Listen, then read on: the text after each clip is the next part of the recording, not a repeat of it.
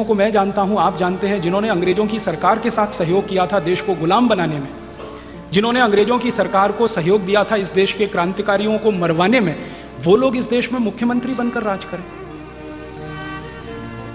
उनके परिवारों के लोग केंद्रीय मंत्री बनकर इस देश में राज करें। आप जानते हैं एक इस देश में सिंधिया परिवार है जिसने अंग्रेजों की कितनी मदद की है, अंग्रेजों से कितनी वफादारी उन्होंने निभाई है। 1857 की लड़ाई में एक तरफ क्रांतिकारी लड़ रहे थे, दूसरी तरफ सिंधिया परिवार की फौज अंग्रेजों के साथ क्रांतिकारियों के खिलाफ लड़ रही थी। उस सिंधिया परिवार के बड़े बड़े लोग देश में मुख्यमंत्री बने, प्रधानमंत्री के साथ केंद्रीय मंत्री बने, और तात्या टोपे के परिवार के लोग चाय बेचे इस देश में। सिंधिया परिवार की तरह इस देश में एक और परिवार है, पटियाला राजघराना जिसको कहा जाता है, जिन्होंने अपनी पूरी फौज, पूरी सेना अंग्रेजों को दान में दे दी। 1 करोड़ स्वर्ण मुद्राएं अंग्रेजों को दी थी उस 1857 की क्रांति के खिलाफ काम करने के लिए। उस पटियाला परिवार के लोग मुख्यमंत्री बने पंजाब के, और तात्या टोपे के परिवार के लोग चाय बेचे इस देश में आज़ादी के 63 साल के बाद। अगर यही है तो कैसे कहीं देश आज़ाद हो गया। 15 अगस्त मनाना, तिरंगा झंडा फहराना, जनगण मन गाना, ये आज़ादी का नाम नहीं।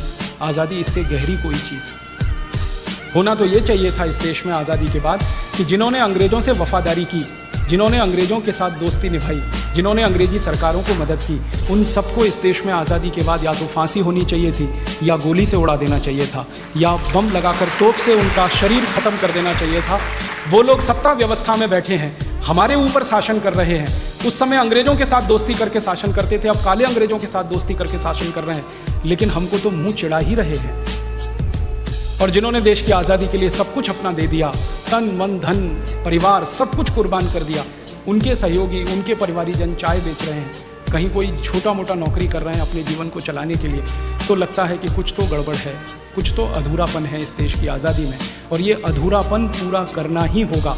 आज नहीं तो कल शहीदों के सपनों को सम्मान देना ही होगा। आज नहीं तो कल शहीदों के परिवारीजनों को सम्मान देना होगा। आज नहीं तो कल, नहीं तो शहीदों की शहादत बेकार जाएगी, उसकी सार्थकता खत्म हो जाएगी। आने वाली पीढ़ी कैसे अपने आप को कुर्बान करेगी देश के लिए?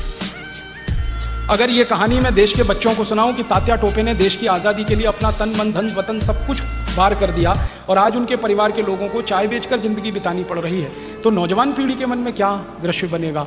कौन सा उनके दिमाग में सपना पैदा होगा? किस ताकत से वो ये कह पाएंगे कि हमारे शहीदों ने जो किया वो ठीक किया? इसलिए मैं मानता हूं कि आज़ादी आ तो गई है, लेकिन आज़ादी के बाद की व्यवस्था वैसी नहीं है जो आज़ादी के लिए सपना देखने वाले शहीदों ने सोची थी। इससे भी ज़्यादा खराब बातें हैं मुझे जो आपको कहनी नहीं चाहिए कि इस देश में एक नहीं ऐसे सैकड़ों शहीदों के परिवार हैं जिनके लिए खाने